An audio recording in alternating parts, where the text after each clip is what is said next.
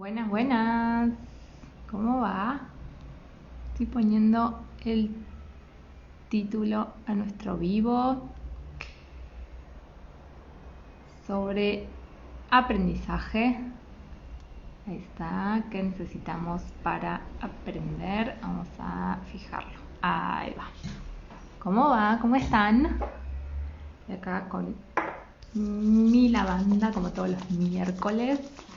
Bueno, la semana pasada no nos vimos,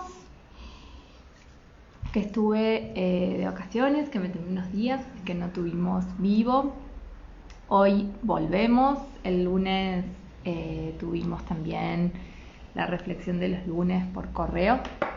Así que bueno, de a poquito, y mientras comienza este noviembre, un nuevo mes, nos vamos encontrando otra vez. Que les doy la bienvenida. Me alegra que estén por aquí. Vamos a estar hablando de aprendizaje, de lo que necesitamos para aprender.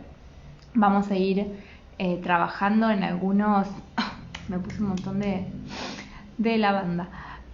Vamos a ir mirando algunas cuestiones que tienen que ver con nuestro aprendizaje, y también vamos a ir mirando situaciones, ejemplos y algunas cositas que por ahí vayan trayendo también ustedes sobre el aprendizaje de niños y niñas, ¿no? Que es lo que nos reúne en esta cuenta y en este proyecto, y bueno, de alguna manera de lo que continuamente vamos intercambiando, ¿no?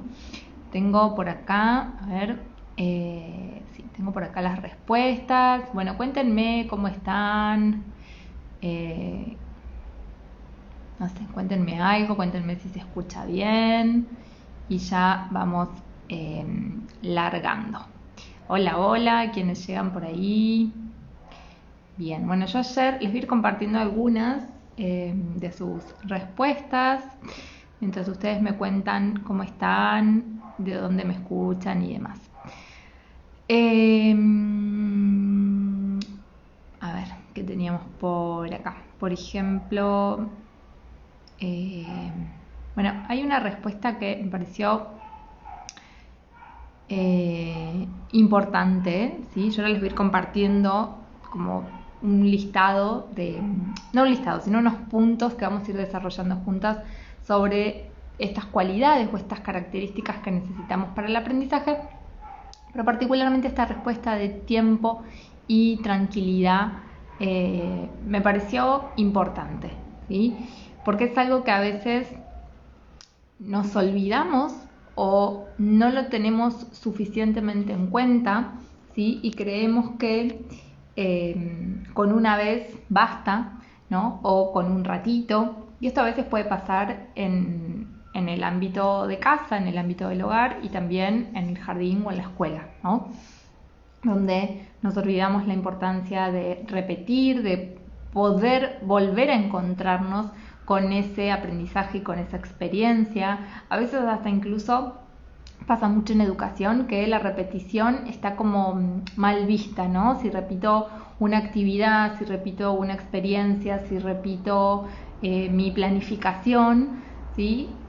Me van a juzgar, los padres van a decir que otra vez estoy haciendo lo mismo, o mi directora me va a decir algo, ¿sí? Y todo lo contrario. Necesitamos repetir las experiencias. Los niños necesitan repetir y volver a pasar por lo mismo, porque esa es la manera o una de las cualidades que nuestro cerebro necesita, ¿no? Volver a encontrarse. El cerebro aprende por repetición.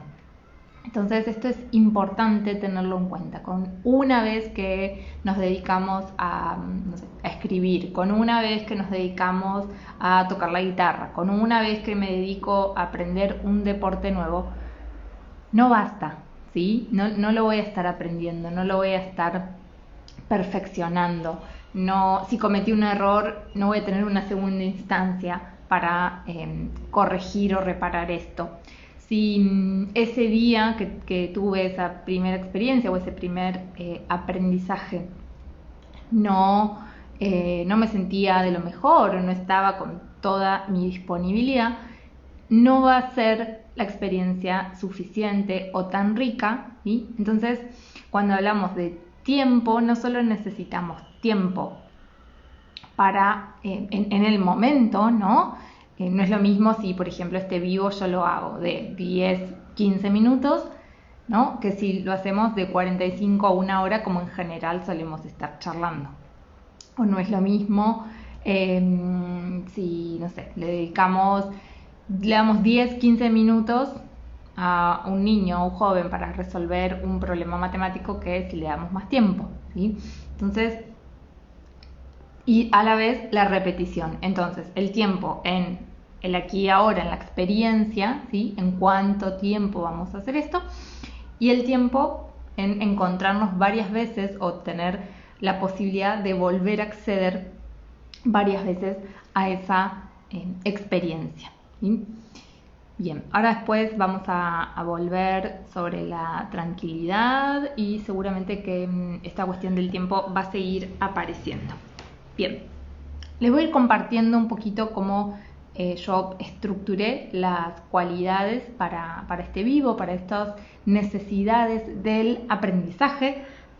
La primera de ellas tiene que ver también con algo que varios de ustedes mencionaron en la cajita que les dejé ayer, que es la motivación, ¿sí? Ahí está. La motivación que necesitamos o el interés, el entusiasmo, ¿sí? Para poder aprender cualquier cosa. Y acá quiero traer un ejemplo mío, ¿sí? Por ejemplo, me pasa que sería bueno, ¿no? Porque me abriría puertas y posibilidades si yo aprendiera inglés, ¿sí? Pero lo cierto es que no me gusta, ¿sí? No me gusta, no tengo ganas, no tengo las mejores experiencias con el idioma de mi escolaridad. Quiero subir esto, pero medio que se me cae.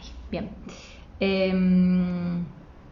Entonces, no aparece esa motivación, ¿sí? Con lo cual no lo concreto, si lo empiezo lo dejo, siempre encuentro un pero, ¿no? Y seguramente que ustedes también tienen muchos de estos ejemplos en donde saben que por ahí estaría buenísimo aprender algo, ¿sí? O que como les digo, se abrirían puertas o habría ahí algunas habilidades que podrían estar potenciadas, pero no está la motivación, ¿sí? Que es lo más importante y lo más genuino que necesitamos para que ese aprendizaje suceda, ¿sí? Entonces siempre tiene que estar el interés en uno o en los niños, ¿sí? Para que entonces esto ocurra. Y muchas veces sucede que a veces esto aparece mucho en el curso de renovación pedagógica, que colegas me cuentan, bueno, tenemos que preparar la planificación de todo el año y en realidad no conocemos al grupo, no conocemos todavía a los niños, no sabemos, ¿no?, qué intereses van a traer, qué características. Entonces termina siendo algo que elige y decide el profesional de educación y no tanto el grupo. A veces, y como en los mejores de los casos, bueno, no se planifica todo el año, se planifica los primeros meses. A veces se permite, y en verdad la planificación es un documento flexible. Hay colegios en donde esto es bien o flexible verdaderamente y otros donde no tanto. Bueno, entonces tenemos que ir ahí mirando, sobre todo, que si no está esa motivación, ese interés genuino, va a ser difícil, ¿sí?, que niños y niñas, también nosotros, podamos aprender algo, ¿sí? Porque tiene que haber ahí algo interno que me moviliza, ¿sí?, para que efectivamente ese aprendizaje suceda. Y como les digo, seguramente que tienen ustedes o se están acordando ahora mientras les voy contando esto un montón de ejemplos y de situaciones donde les ha pasado, ¿sí? Bien, de alguna manera lo que necesitamos es un deseo, ¿no? Deseo aprender esto, ¿sí? Por el motivo que sea, porque me gusta mucho, porque es un deporte que quiero aprender, o a tocar un instrumento, o un idioma, ¿sí? Sea porque me vaya a vivir a otro lugar o no importa, ¿sí? Pero está ahí igual el deseo y la motivación que entonces me direcciona, ¿sí? Hacia esas conquistas, ¿ok? Y como siempre, por ahí hemos compartido o hemos charlado la importancia de que para que, por ejemplo, en un grupo de niños y niñas, todos los intereses que están presentes y puedan ser atendidos, bueno, entonces necesitamos diversidad de propuestas y de experiencias, porque probablemente todos esos intereses no van a ser los mismos ni el mismo día ni a la misma hora, ¿no? Entonces, las propuestas, si bien podemos tener algunas que las proponemos, bueno, ahora, ¿no? Como momentáneas, también podemos tener algunas anexas o secundarias para quienes en ese momento no tienen ganas o tienen necesidad o interés de hacer otras cosas, ¿sí? Y esto ni más ni menos que porque somos todas personas diferentes que a cada momento nos movilizan o nos inquietan cosas distintas. Y eso está bien y a los niños también les sucede, ¿no? Entonces, lo mismo puede pasar en casa, ¿no? Que no sé, mamá, papá proponen una cosa o el abuelo o la cuidadora y el niño o la niña no tiene ganas de hacerlo, ¿sí? Es porque ahí está el interés, ¿sí? Y el interés acá pasa mucho en los niños que está el impulso, ¿sí? Esto que decíamos de la motivación, bueno, tienen a veces muy en claro qué tienen ganas de hacer o de aprender, ¿sí? Y entonces en Montessori cuando hablamos de periodos sensibles, hablamos justamente de eso, de poder acercarnos y acompañar a esos intereses y a esas necesidades, porque en ese momento, si lo aprenden, si lo potencian, si lo experimentan y brindamos esa posibilidad y esa experiencia, entonces realmente habrá sido un aprendizaje adquirido. Bien, ¿qué más les quería decir? Les quiero hacer una diferenciación. Estamos hablando de, y en esta respuesta dice, un ambiente propicio que invite a explorar y aprender. Ok. Estamos hablando de motivación por un lado, ¿sí? Motivación, interés, y por el otro hablamos de intención y de propósito, ¿no? ¿Para qué voy a aprender esto? ¿Sí? A veces, como les digo, los niños más pequeños tienen un impulso grande por aquello que quieren hacer, aprender, explorar, curiosear, ¿cierto? Pero sí que conforme vamos creciendo, necesitamos empezar a entender para qué me sirve, ¿no? O sobre todo cuando por ahí el niño no tiene el interés de aprender algo, pues esto se puede dar con la escritura, con la lectura, con las matemáticas, y que conforme vamos creciendo, vamos siendo cada vez más conscientes del esfuerzo que nos implica, ¿sí? El esfuerzo que le implica a nuestro cerebro, a nuestro cuerpo, de la paciencia y de toda la dedicación que tengo que aprender para poner algo, para aprender algo.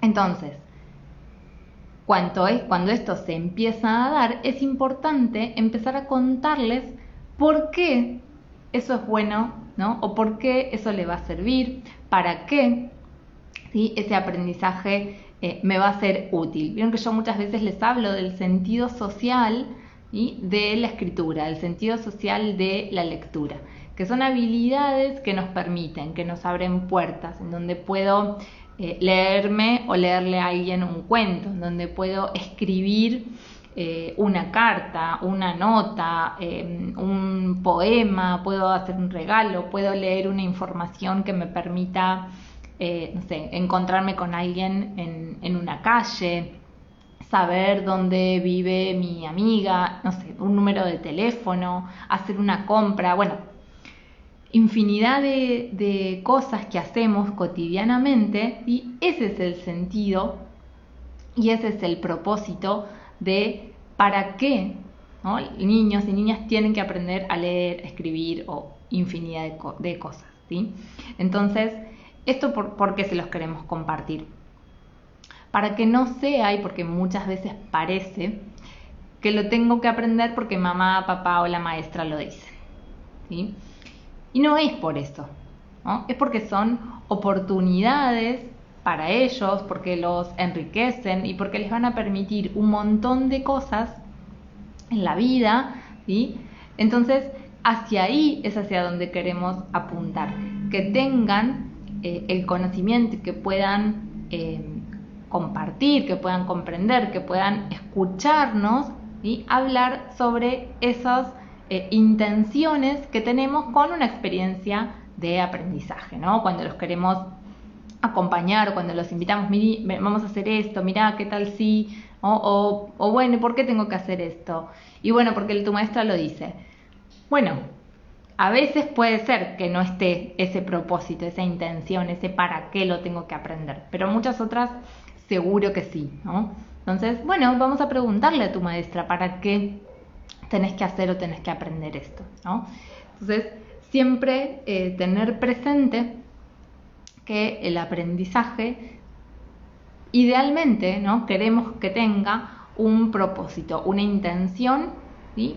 Que nutra y enriquezca de alguna manera el desarrollo, ¿no? Todo aquello que no tiene o que no me sirve para algo o que no tengo en claro para qué lo voy a usar, hoy que seguramente a todos también nos ha pasado que hemos aprendido o no, porque en realidad uno termina aprendiéndolo de pronto para un examen, pero después no nos acompaña ese conocimiento, ¿no? Pero hemos seguramente memorizado, no sé, fórmulas o datos, ¿no? En el colegio, en la secundaria, de cosas que en realidad nunca entendimos para qué nos iban a servir, ¿no? O cómo las íbamos a poder aplicar en la realidad, en la cotidianeidad. Entonces, que esté ahí y que podamos sobre todo ayudarle a ellos, a veces en esos momentos donde por ahí aparecen los desafíos mayores o donde cuando no tienen ganas de hacer tareas o de hacer actividades, decir, bueno, a ver, vamos a pensar, ¿para qué será esto? ¿Para qué me servirá esto, ¿no? En nuestra vida? ¿Para qué tu maestra te lo habrá dado? ¿Sí? Y entonces los vamos ayudando a encontrar esos propósitos y esas intenciones que muchas veces pueden llegar a ser también los disparadores de la motivación que hablábamos antes. Quizás al inicio esa motivación no está, pero no está porque no tengo en claro para qué me puede servir. Y tal vez después se despierte. ¿Sí? No voy a decir que pase siempre, porque recién les contaba este ejemplo mío con el idioma, pero podría ser. Bien.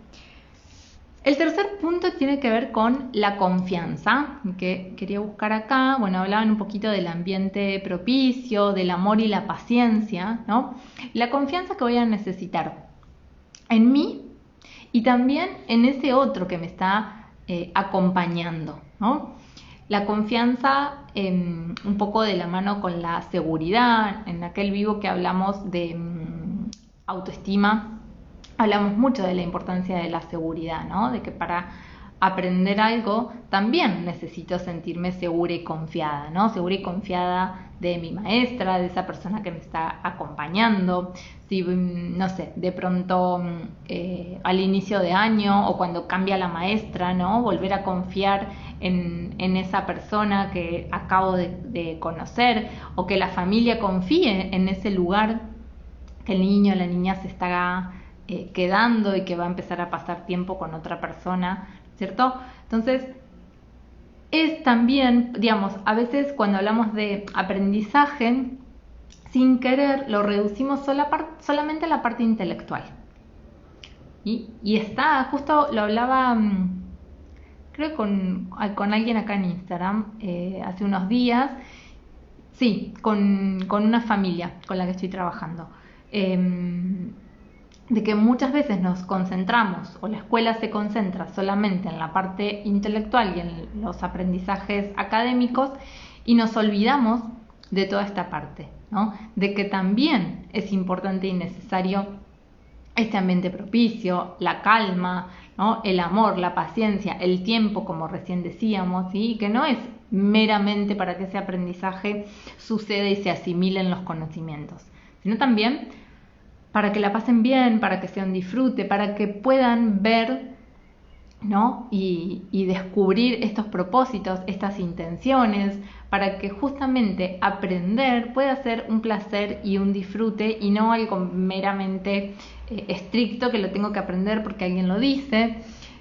Ayer la mamá de una niña que estoy acompañando me decía, bueno, le estuve contando qué cosas va a necesitar para pasar a segundo grado, ¿no? Y aunque está buenísimo, perdón, aunque está buenísimo poder contarles esto, también poder acompañarlos desde este lugar que tiene que ver más con la parte emocional, con aquello que los moviliza, con esta conciencia que les decía, que muchas veces se están dando cuenta ya a partir de los 5 y medio, 6 años, se empiezan a dar cuenta del esfuerzo que tienen que poner para conquistar un aprendizaje, de que a veces no les está saliendo y aparece la frustración, ¿no? O depende de cómo esa persona adulta esté acompañando, ¿sí? De cuánto amor, de cuánta paciencia, de la mirada, de la disponibilidad que esté poniendo, ese aprendizaje va a poder ser más agradable o por el contrario, ¿sí? Yo siempre les digo, y me gusta diferenciar en esta idea de que en realidad no enseñamos, ¿no? Lo que hacemos es compartir aquello que aprendimos, aquel conocimiento o aquellas habilidades que dominamos, ¿sí? Pero enseñar no enseñamos nada, solamente aprendemos cada uno de nosotros en las experiencias que vamos viviendo, ¿sí? Lo que estamos listos para aprender en ese momento. Y esto se conecta con lo que les decía al inicio de la repetición. ¿Sí? ¿Por qué? Porque en cada momento, cada uno de nosotros aprende cosas distintas. Entonces, cuando vuelvo a pasar por esas experiencias, por esos mismos conocimientos o esas mismas instancias de aprendizaje, me estoy dando o le estoy dando al niño o a la niña la posibilidad, por un lado, de que reafirme lo que ya sabe y lo que ya aprendió, ¿no? Y por otro lado, para que aprenda cosas que en esa primera instancia no las vio, ¿sí? No se detuvo en ellas porque en ese momento no le fueron significativas, ¿sí? Es como cuando leemos 2 veces el mismo libro o vemos 2 veces o 3 o más la misma película, ¿sí? Tiene justamente que ver con lo que en cada momento, quería buscar porque me parece que había alguna respuesta en relación a esto. Bueno, esta es la disposición, cuerpo y mente de querer, bueno, ahí no sé si se alcanza a ver, pero de querer aprender, ¿no? Entonces, también por parte de la persona adulta que guía y que acompaña, ¿sí? Poder ver y considerar esto hace que también ya no es, digamos, como siempre les cuento, no es responsabilidad, ¿sí? Exactamente lo que del otro lado se aprende, sino que la responsabilidad tiene que ver con brindar esas experiencias, ¿sí? Y por supuesto en el modo en que vamos a acompañar ese aprendizaje. Pero lo que cada niño y cada niña va a aprender, ¿sí? Va a ser independiente, ¿sí? Va a ser distinto. Por eso también está bueno trabajar y entender que eso no lo podemos condicionar, que no lo podemos controlar, ¿sí? Y que entonces el proceso que cada niño y cada niña haga va a ser independiente, como también lo es para nosotros, ¿sí? De este vivo, de los encuentros, de un taller, cada uno de nosotros se lleva lo que estamos preparados para llevarnos en ese momento, lo que hoy resuena conmigo y me resulta significativo, ¿sí? Y en el jardín y en la escuela sucede lo mismo. Entonces, insisto en la importancia de poder repetir todas esas experiencias, y quizás no necesito tantas, necesito repetirlas y en cada una de ellas podré ir variando, complejizando u ofreciendo cosas diferentes. Justo hoy a la mañana trabajaba con una mamá y un poco abordábamos esta cuestión a través del juego y de actividades que podemos y que queremos ofrecer en casa. Entonces, para su hijo pequeño de 1 año y poquitos meses, lo que yo le invitaba justamente era a empezar a ofrecerle juegos y actividades que habíamos estado mirando, pero de a poquito. ¿Sí? Porque si yo justo veíamos una actividad para trabajar con unos corchos, con un colador, con agua y demás, ¿no? Pero si yo voy meramente enfocada al propósito que tiene la actividad y para qué es, muy probablemente me voy a frustrar. Porque en un niño de 1 año, la primera vez que se encuentra con una actividad probablemente no va a cumplir con ese objetivo. ¿Sí? ¿Por qué? Porque hay un montón de cosas que le llaman la atención en los materiales que le ofrezco, en las texturas, en que si nunca los vio tiene un montón de cosas ahí para explorar. ¿Sí? Antes de poder mirar, observar la acción que yo le quiero mostrar y cumplir con ese objetivo que además seguramente le va a requerir práctica y dominio en su motricidad. ¿Sí? Y entonces lo que yo le decía es, en general o muchas veces, ¿qué ocurre? No tenemos esta información o por ahí la escuchamos pero en ese momento no la tengo en cuenta, preparo la actividad con un montón de motivación mía, de entusiasmo, de ganas, sé perfectamente para qué es, cuál es mi intención, ¿sí? Pero el niño o la niña me muestra otra cosa, aparece mi frustración de que hizo otra cosa, tiró todo, no pudo hacer lo que le mostré, no, resultó muy difícil, ¿sí? Genera frustración en mí y entonces ya no le vuelvo a ofrecer esa actividad, que es justamente lo que ese niño o esa niña necesita, volver a encontrarse con esa experiencia para entonces, esa segunda vez, ya conoce los corchos, ya conoce el colador, ya conoce el agua y entonces quizás ahí sí se puede empezar a acercar un poquito más, ¿no? Entonces, en esa primera instancia necesita explorar, conocer, seguramente que se lo va a llevar a la boca, que los va a apretar, que los va a morder, que los va a oler, infinidad de cosas, ¿sí? Y recién después va a poder hacer una acción más compleja, como probablemente es la que le estemos ofreciendo. Bien, estábamos hablando de la confianza y no sé por qué me fui a eso, pero bien. Váyanme contando o preguntando si hay alguna duda o si hay algo que quieran comentar a partir de esto. Hola, hola, quienes van llegando. Bien, entonces hablamos de motivación, de intención y de confianza, ¿sí? Esto fue un poco porque les estaba compartiendo las respuestas de ustedes. Bien. Bien, perfecto. Bueno, las ganas también aparecen mucho. Otro de los puntos importantes de lo que necesitamos para aprender tiene que ver con la cooperación, ¿no? Con el hacer juntos, con que puedan haber en estos intereses puntos en común, ¿sí? Y esto se puede dar en casa, ya sea que hay hermanos o hermanas, o también se puede dar, no sé, en el barrio con vecinos, o se puede dar con primos, con amiguitos, o en el jardín y en la escuela, por supuesto, ¿no? De poder buscar intereses comunes para ese aprendizaje. Entonces podemos hacer un aprendizaje más cooperativo, ¿sí? y no necesariamente individual, ¿sí? Por supuesto que esto también, y si lo miramos desde la filosofía Montessori, hay etapas, ¿no? Donde el aprendizaje necesita ser meramente individual y trabajar desde mí y para mí, y luego puedo trabajar con un otro, ¿sí?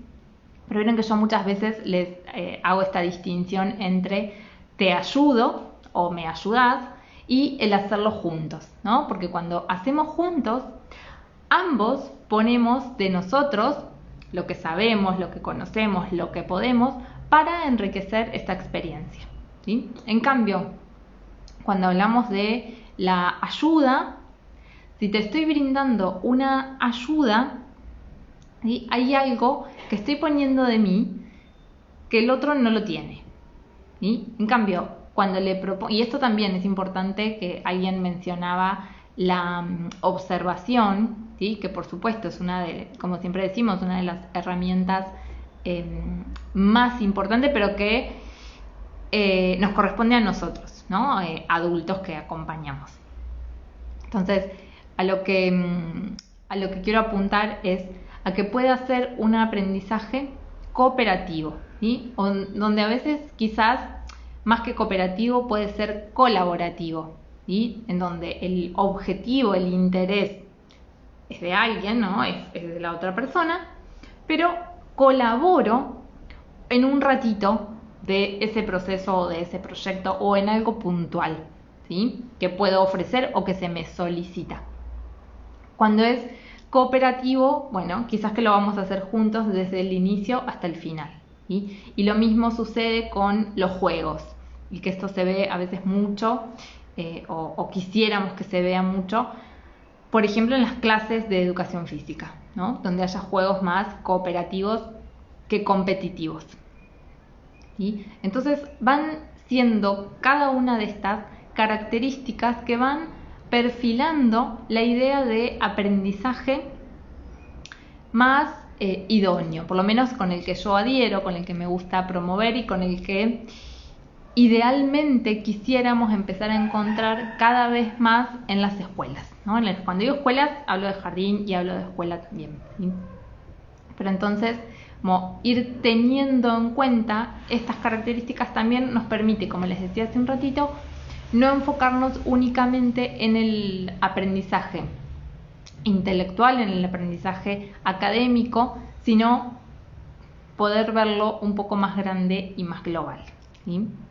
Bien. Buenas, hola Marie, quiero ver, ahí está, perfecto, bien. Bueno, después tenemos un punto que para mí es re importante, que tiene que ver con la capacidad de comunicar. Y acá les voy a compartir algunas estrategias de las neurociencias. Pero antes me gustaría que me cuenten qué se imaginan que es esto de la capacidad de comunicar, ¿no? ¿Por qué necesitamos esa característica? ¿Cómo se imaginan que se representa, ¿no? ¿Qué podrían hacer los chicos o qué podríamos hacer con ellos para esta capacidad de comunicar?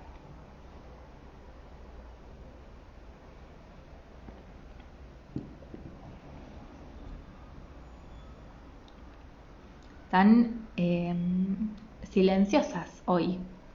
No me cuentan nada. Bien.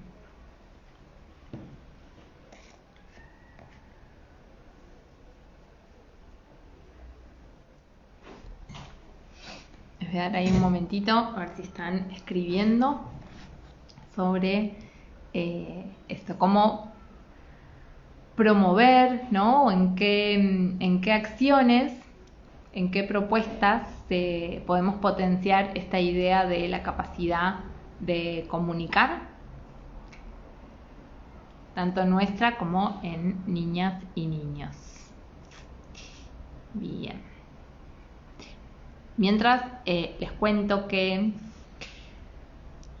un buen porcentaje del aprendizaje justamente se da cuando hacemos un poco esto que estoy haciendo yo hoy, ¿no? Cuando le cuento a alguien lo que aprendí, lo sigo aprendiendo, ¿sí? Y me voy dando cuenta. A mí a veces me pasa que de pronto cuando digo algo, ¿no?, lo vuelvo a pensar y entonces digo, no, pero esto no es tan así, o no, pero esto lo enriquezco con esto otro, o no, pero, ¿sí? Entonces esa es una buena instancia de aprendizaje. Y la neuroeducación entonces, ¿qué nos dice? Que esas son las pequeñas prácticas que queremos hacer para, por ejemplo, evaluar, ¿sí? Que no necesitamos, o que no el único modo de evaluar son los típicos pruebas y exámenes que todos conocemos, ¿no? En donde estamos bajo presión, donde hay muchos nervios, donde en general no se lo pasa bien, ¿sí? No es saludable, y un cerebro estresado no puede de alguna manera cumplir o encontrarse con todas estas características que estamos hablando, ¿sí? Entonces, la capacidad de comunicar, por ejemplo, la podemos promover. Hola, la podemos promover a través de preguntarles a los chicos cuando de pronto en la escuela podrá ser cuando estamos terminando la clase, cuando nos estamos por despedir, en la ronda, tanto puede ser de inicio como de cierre, o en casa también podemos hacer esto, de preguntarles una cosa que hayan aprendido hoy. ¿Sí? Y que no necesariamente esto tiene que ser una cosa que aprendiste en la escuela, ¿no? Porque ahí también estamos delimitando y dando una apreciación de lo que consideramos aprendizaje. Solo se aprende en la escuela, ¿no? Y no, se aprende en la vida, ¿sí? Todo el tiempo tenemos instancias de aprendizaje si es que podemos verlas, ¿sí? Entonces, una cosa que hayas aprendido hoy, y también le puedo contar una cosa que aprendí yo, ¿sí? Y a partir de ahí podemos seguir trabajando. O una cosa que te haya parecido interesante, ¿sí? O una cosa que no entendiste, que una cosa que hoy escuchaste o viste y que no la entendiste, ¿sí? Otro puede ser después de abordar un tema, de ver una película, de leer un libro, después de una clase, invitarlos a hacer una pregunta, ¿sí? La pregunta es un acto inteligente. Entonces también los vamos animando, ¿sí? a preguntar, ¿no? Aquellas inquietudes, o por ahí pueden ser más preguntas orientadas a lo filosófico, ¿sí? No necesariamente o a investigar o a buscar un dato. Bueno, ahí puede haber como infinidad de maneras. Otra estrategia tiene que ver con el semáforo. Entonces, una vez que abordamos un tema, no sé, estamos haciendo una tarea o después de la clase, asignar los 3 colores del semáforo, verde, amarillo y rojo.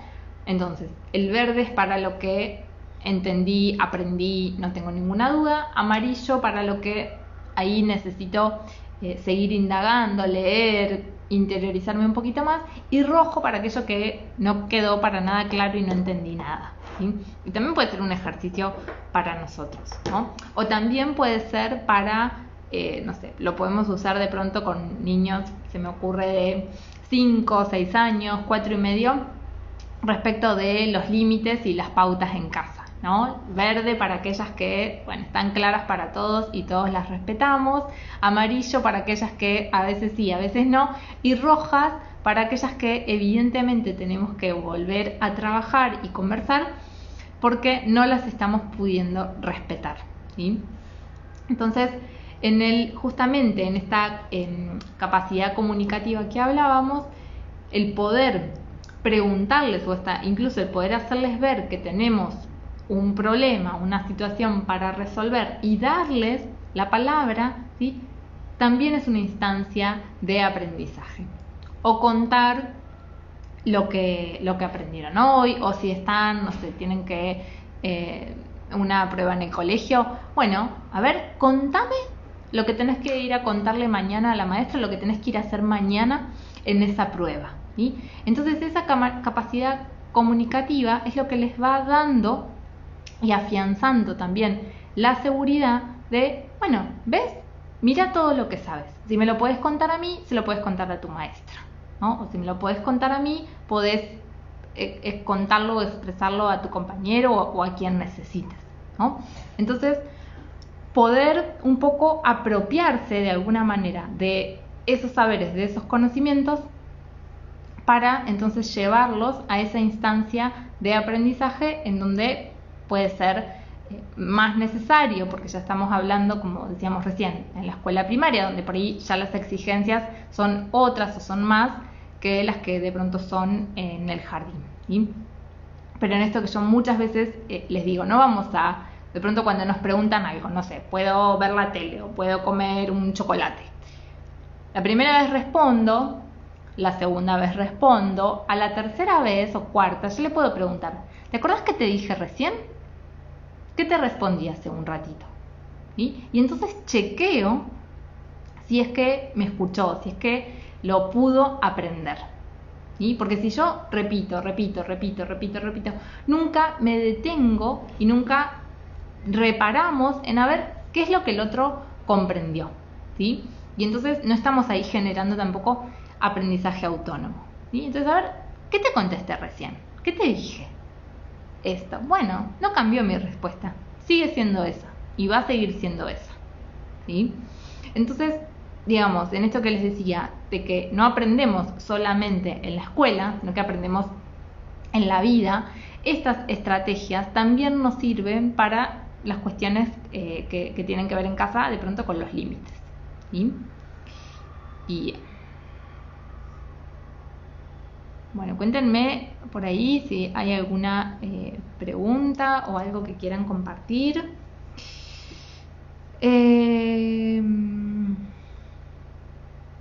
Bueno, después hay...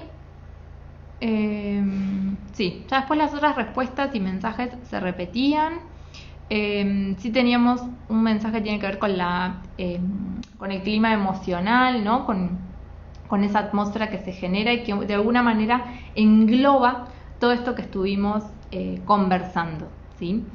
El otro punto, que ya casi, digamos, nos quedan 2 puntos de los que yo había preparado, de los que a mí me parecen importantes. Uno de ellos tiene que ver con el cuerpo, ¿sí? Y que de algún modo se relaciona con esto que comentaban por acá, de hacer lo que yo hago. Sí, por supuesto que aprendemos por imitación. ¿Sí? ¿Qué nos dicen las neurociencias? Bueno, las neuronas espejo, ¿sí? Tienen la capacidad de ayudarnos a que si, por ejemplo, o sea, alguien está tocando la guitarra y yo estoy observando, ¿sí? En esa observación también estoy aprendiendo. Por eso, vieron que, o si no saben les cuento, dentro de la propuesta de María Montessori y dentro de los ambientes Montessori, la observación, y no solo la observación, como les decía antes, nuestra, ¿sí? Sino también la observación de los niños en el trabajo de sus pares, es una instancia también de aprendizaje. ¿Sí? Porque a través de la imitación, a través de cómo lo hace el otro, a través de los movimientos, de las decisiones que el otro va tomando, yo también voy aprendiendo. Mis neuronas espejos, nos dicen las neurociencias, están ahí tomando esa información, ¿sí? Y en el cerebro se suceden las mismas cosas y se aproximan como si lo estuviera haciendo. Entonces, luego, cuando efectivamente me pongo a hacerlo, ahí ya hubo un aprendizaje previo que me ayuda y también me trae conocimiento para ese momento, para cuando me toca a mí, ¿sí? Bien. Manejo de la frustración, cómo podemos detectar si un pequeño necesita algún tiempo de apoyo especial con el tema del aprendizaje. Bueno, siempre es importante, digamos, a partir de la repetición, dar a partir de presentar una actividad, una propuesta, un conocimiento nuevo, dar un tiempo de repetición, ¿sí? Y que es indistinto, a veces es de 1 semana, 2 semanas, 3 semanas, un mes. No lo quiero contabilizar, ¿sí? Pero entonces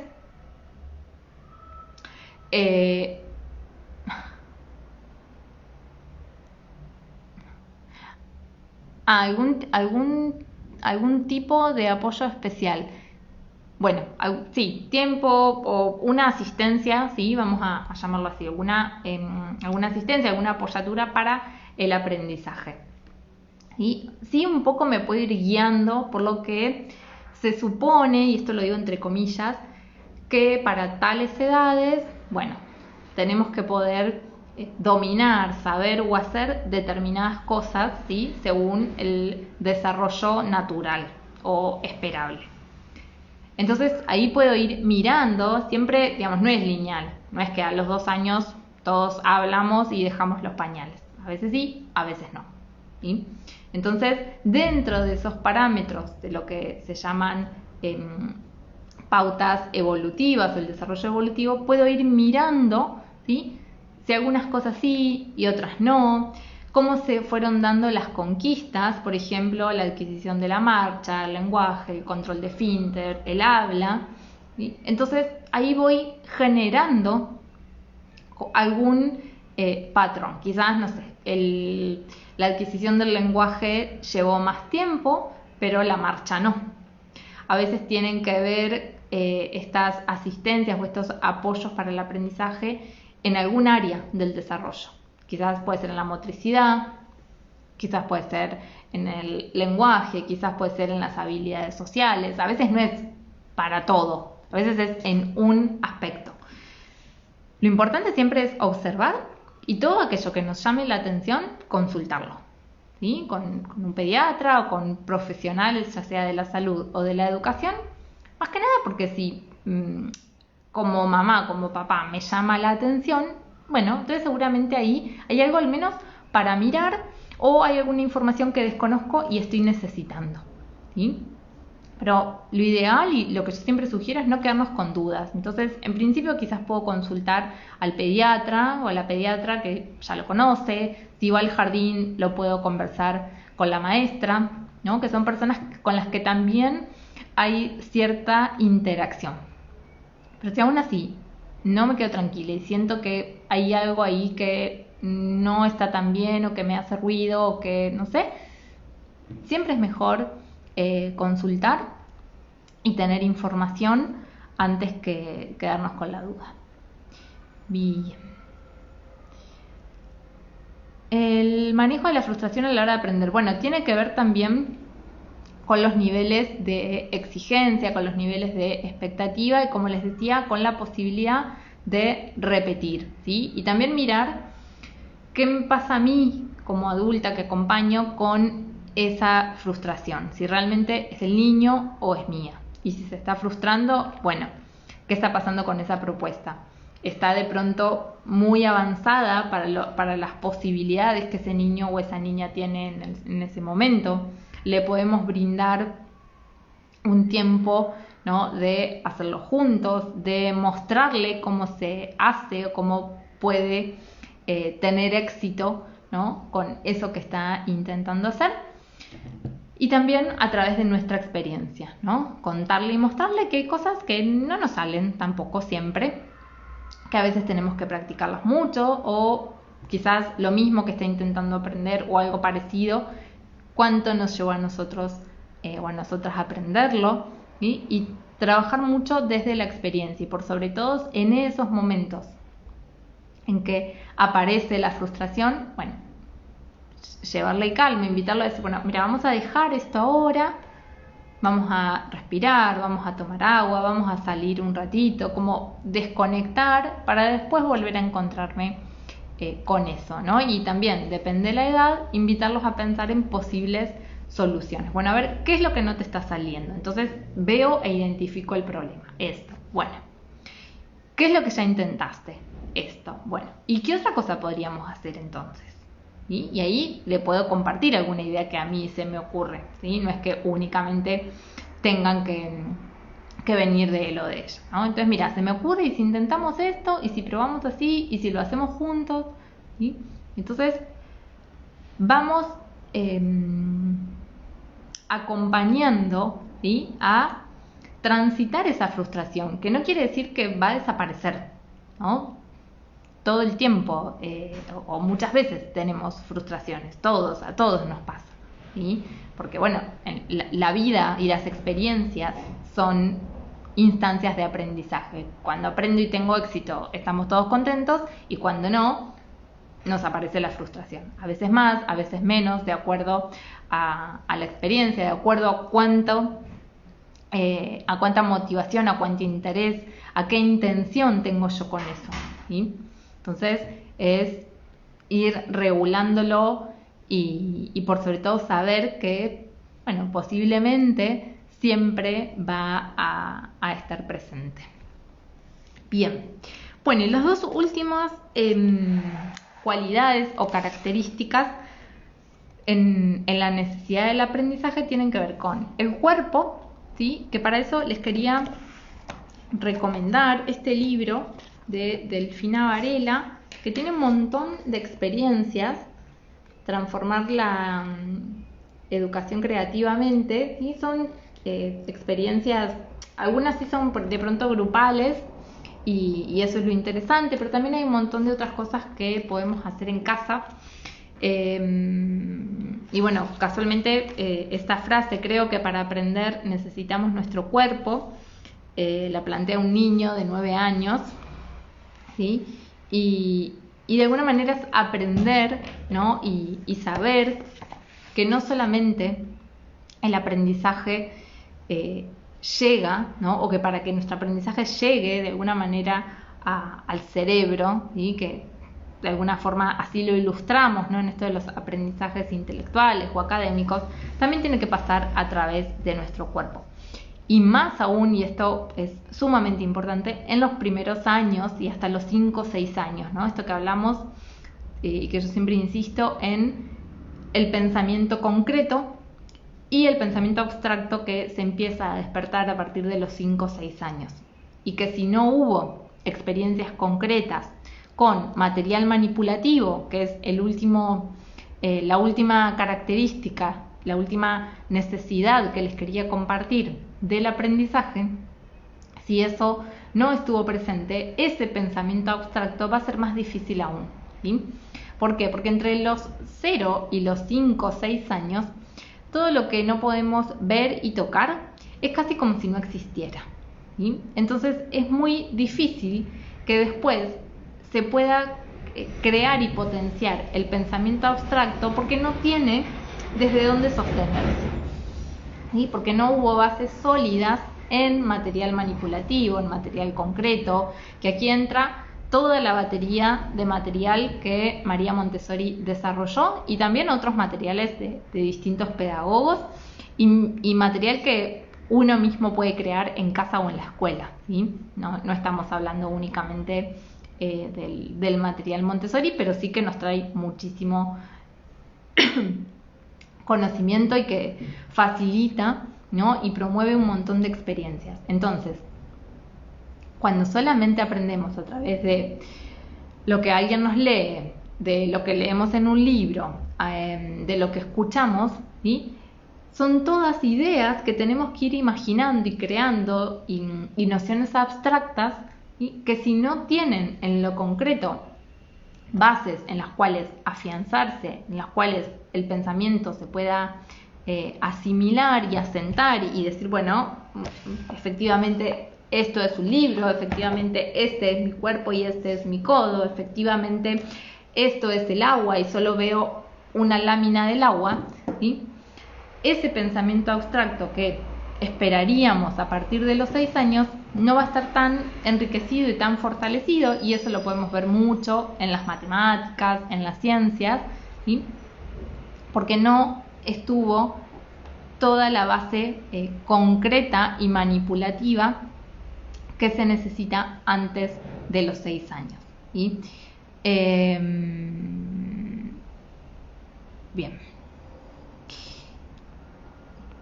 Entonces, es importante que siempre que vayamos a generar una instancia de aprendizaje o de pronto traen una tarea de la escuela, y que podamos pensar con qué material manipulativo, con qué material concreto poder trabajar sobre esto, ¿sí? Porque entonces de esa manera ese aprendizaje seguramente se va a dar, se va a consolidar y si tenemos en cuenta todo lo que estuvimos hablando, se va a sostener en el tiempo, ¿sí? Bien.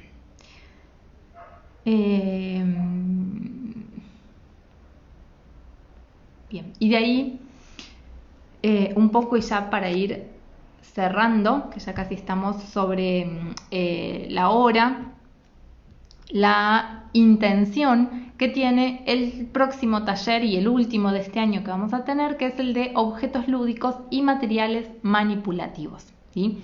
Que justamente, y si bien no es el factor de la edad el único para decidir qué juegos, qué actividades, qué materiales comprar, qué regalos hacer, ¿sí? La edad no es el único factor, nos ayuda a ordenarnos. Entonces, en este taller de materiales manipulativos abordamos desde los 0 hasta los 6 años, ¿sí? Y qué propuestas lúdicas y manipulativas desde las distintas áreas del conocimiento queremos ofrecer. ¿Y esto por qué? Porque en esas propuestas y en esos materiales sí vamos a tener siempre una intención, lo que yo llamo el propósito inteligente, ¿sí? De las propuestas, que son distintas al juego libre y espontáneo de los niños, ¿sí? En el juego libre y espontáneo el niño no necesita que le ayudemos, ¿no? Ya solos pueden crearlo, dominarlo, quizás a veces podemos enriquecer con algo, pero eso ya por naturaleza la niñez lo hace. En estas otras propuestas y materiales manipulativos que yo les propongo, que lo trabajamos en este taller y con muchas familias también lo trabajamos en las consultas, con docentes en los asesoramientos pedagógicos y demás, siempre vamos a tener o siempre va a estar presente en esta intención una noción, una habilidad o un concepto que queremos promover a través de ese juego o de esa actividad. Por eso decimos que tiene un propósito inteligente, ¿sí? Y también son muchas propuestas que más que ir a comprarlas, ¿sí? Algunas sí, que un poco también la intención de este taller es aprender a hacer regalos inteligentes a niñas y niños, ¿sí? Pero también hay un montón de otras cosas que podemos armar. En la última vez que di el taller, una mamá dijo, bueno, ya no tengo que ir a la juguetería, sino más a la ferretería, a comprar tela, empezar a guardar cosas que capaz estoy descartando, ¿sí? Porque justamente tiene que ver con la posibilidad de empezar a armar objetos y materiales que permitan esta manipulación, que potencien el pensamiento lógico, la motricidad, ¿sí? Y que hay algunas cosas que encontramos en la juguetería que así suceden, pero hay muchas otras que las podemos hacer en casa y que incluso hasta los convocan mucho más a los niños, ¿sí? Que juguetes que ya vienen de pronto como elaborados y donde no hay tanto espacio para la acción, ¿no? Esta frase que dice cuanto menos haga un juguete, más hará la mente del niño.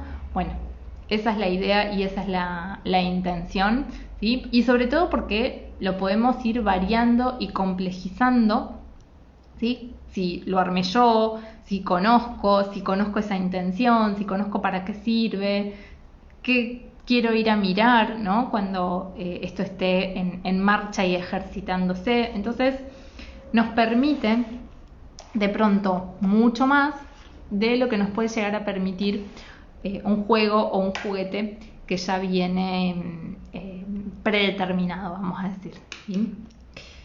Bien. ¿Cómo es el nombre del libro? Transformando la educación creativamente, de Delfina Varela. Creo que no sé si yo se lo compré directamente a ella. No sé si lo van a encontrar en librerías. Pueden buscar acá en Instagram, Soy Voz América. A ver si está. No sé si lo ven bien o lo ven en espejo. Pero Soy Voz América. Hicieron una película, un documental. Como les decía, es un libro que, si bien hay un poquito de abordaje teórico y demás, tiene más bien que ver con experiencias prácticas, con talleres vivenciales, mucha puesta en práctica del cuerpo, de las artes, y por eso en esta idea de que para aprender necesitamos el cuerpo, este libro me parece como súper esclarecedor de eso. Bien. Bueno, les cuento, les estaba hablando de la importancia y las intenciones del material manipulativo. El taller lo tenemos el 27 de noviembre Tiene 2 módulos, el primero es de 10 a 12 y el segundo es por la tarde de 15 a 17. Abordamos, como les digo, objetos lúdicos y materiales manipulativos en diferentes áreas del conocimiento, del aprendizaje, aproximadamente hasta los 6 años. Conocemos varios materiales Montessori, pero no tantos y no todos, porque en realidad a mí lo que más me importa que se lleven es no el material en sí, sino las cualidades, ¿no? ¿Qué es lo importante del material Montessori de tomar para poder llevármelo a casa o a mi espacio pedagógico, a la escuela, para justamente desde ahí construir mis propios materiales o tener en cuenta para las experiencias de aprendizaje que quiera o necesite crear, diseñar, ¿sí? Entonces vamos a tomar más las cualidades, las características, ¿sí? Para poder ponerlo en práctica. Así que desde mi página web se pueden anotar. Estamos ahora con esta modalidad del financiamiento masivo. Es un taller que su precio regular es de 2.500 pesos, pero en esta idea del financiamiento masivo y justamente del objetivo en común, que bueno, un poco está relacionado con lo que estuvimos charlando, pueden ustedes compartirlo e invitar a otras personas. Entonces de esa manera el taller, en lugar de valer o de salir 2.500 pesos, sale 1.500. La idea es que podamos sumar 60 personas o más que abonen 1.500 pesos cada una, y entonces de esa manera a todos les sale, es menor la inversión que tienen que hacer, se llevan el mismo conocimiento, contenido, se llevan la grabación y también un PDF de guía, de resumen, ¿sí? Y contribuimos todos a este mismo objetivo, y yo cumplo el deseo de hacerlo, de compartirlo con ustedes, y a la vez el financiamiento, pero sin la obligación de ponerle este precio que de pronto quizás es un precio mayor que tal vez no todos por ahí en este momento del año pueden o quieren hacer esa inversión. Así que estamos ensayando esa modalidad. Vamos a ver cómo nos va, y si no, bueno, volveremos a los precios regulares que yo les asigne a los talleres, a los servicios. Pero bueno, estamos ensayando eso, así que si les interesa el taller, es el último taller del año, y este taller yo no creo que vuelva el año que viene, así que si les interesa, están más que invitados. Es el 27 de noviembre. Me pueden pedir cualquier cosa, información por privado, o lo encuentran en mi página web. Bueno, de mi parte creo que hasta aquí hemos llegado. No sé ustedes si me quieren preguntar algo más antes de terminar o hacer algún comentario. Y si no, nos vamos despidiendo. Pero ahí aguardo un momento por si hay algo que me quieran comentar o consultar. También les cuento, por las dudas, que hace unos días publiqué también los 2 nuevos servicios de suscripción mensual para los asesoramientos, ¿sí? Hay una suscripción mensual que consta de un asesoramiento al mes.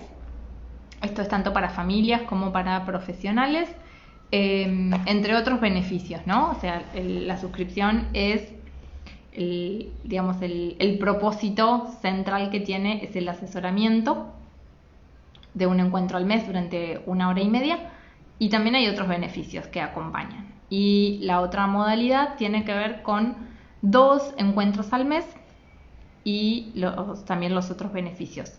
Esto es un poco para quienes tienen ganas o necesitan y desean un acompañamiento permanente en la crianza, ¿sí? Entonces ya saben que con estos planes de suscripción regularmente todos los meses nos encontramos. Si algún mes necesitan más de un encuentro, por supuesto que también lo pueden hacer, e incluso tienen descuentos en ese segundo encuentro. Pero bueno, para que sepan que está esa nueva modalidad de suscripción para trabajar juntos con cada familia, bueno, en las necesidades que van surgiendo, ¿no? Bueno, si no hay más preguntas ni comentarios, aquí les voy a dejar. Nos encontramos seguramente la próxima semana para un nuevo vivo, como todos los miércoles, 14:30. Gracias por haber estado del otro lado. Espero que se lleven herramientas, que les sea útil lo que compartimos hoy y en cada encuentro. Y seguimos charlando. Les dejo un beso grande, que terminen bien la tarde y estamos al habla. Gracias. Chau, chau.